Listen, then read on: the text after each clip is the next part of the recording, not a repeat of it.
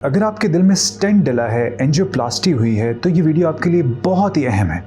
Angioplasty stenting कोई एक मामूली प्रोसीजर नहीं है, एक बहुत ही अहम, बहुत ही इम्पॉर्टेंट प्रोसीजर है। अगर इसके बाद एहतियाती तदाबीर को, डॉक्टर की इंस्ट्रक्शंस को फॉलो ना किया जाए तो आपकी ज़िंदगी के future outcomes all together different हो सकते हैं, मुख्तलिफ हो सकते हैं, आप बहुत मसाइल का शिकार हो सकते हैं। लेकिन अगर कुछ मोटी मोटी इंस्ट्रक्शंस को फॉलो किया जाए, हिदायत को फॉलो किया जाए, दवाइयाँ बाकायदगी से, फॉलोअप्स बाकायदगी से किए जाएँ, तो आप बहुत सारी कॉम्प्लिकेशन से बच सकते हैं।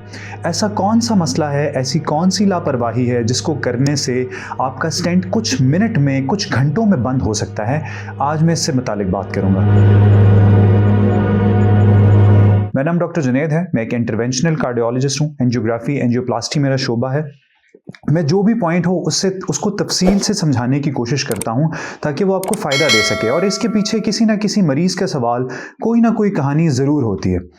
तो अब आखिर इस पॉइंट के पीछे क्या वजह है? वो पेशेंट्स जिनकी स्टेंटिंग हुई होती है, ख़ास तौर पे हार्ट अटैक के बाद, उनकी आम तौर पे 5 से 6 दवाइयाँ एक वक्त में चल रही होती हैं, समटाइम्स इससे भी ज़्यादा होती हैं।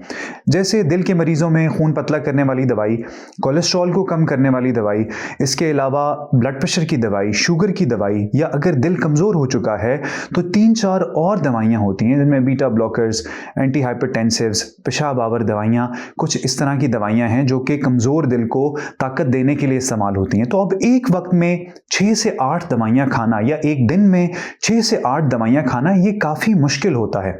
मरीज़ हार्ट अटैक या स्टेंटिंग के बाद 3 से 4 महीने तो बाकायदगी से दवाइयाँ खाते हैं, लेकिन उसके बाद उनको वो दवाइयाँ, जब वो बिल्कुल फिट हो जाते हैं, उनके अलामात ख़त्म हो जाती हैं, वो ख़ुद को हेल्दी महसूस कर रहे होते हैं, उनका चलना फिरना, नॉर्मल लाइफ रिस्टोर हो चुकी होती है, तो फिर वो आहिस्ता आहिस्ता अपनी दवाइयों में लापरवाही करते हैं।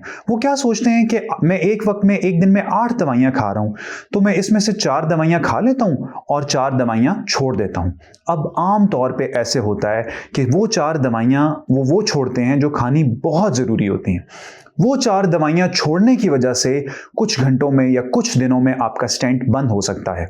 तो आपकी दवाइयों में वो दवाइयाँ जो खून पतला करने वाली हैं, प्लीज़ वो अपने डॉक्टर से ज़रूर पूछें। मेरे इस वीडियो के कमेंट सेक्शन में आप अपनी दवाई का नाम मैसेज करके पूछ सकते हैं। मुझसे ऑनलाइन कंसल्ट करना चाहें तो कर सकते हैं।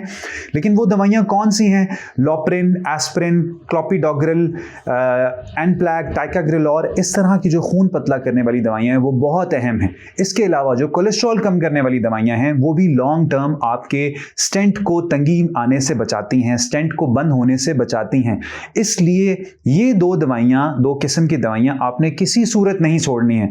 अगर समझ ना आए तो अपने डॉक्टर से जरूर पूछें। दवाई छोड़ने से पहले डॉक्टर से मशवरा जरूर कर लें। इसके अलावा जो दवाइयां वो भी जरूरी होती हैं, लेकिन वो आम तौर में उनका शुरू करना, यानी उन दवाइयों का फायदा या बंद करने का नुकसान फौरी नहीं आता, उसको आने में टाइम लगता है। और उसमें फिर अब कुछ दवाइयां ऐसी हैं जिनमें लेटेस्ट रिसर्च ये भी बता रही है कि शायद उनकी अफादियत बहुत ज्यादा हर मरीज के अंदर नहीं है, तो उनको बंद करना वो एक डिफरेंट टॉपिक है। हर मरीज के लिए उसका एक मुख्तलिफ मशवरा होगा।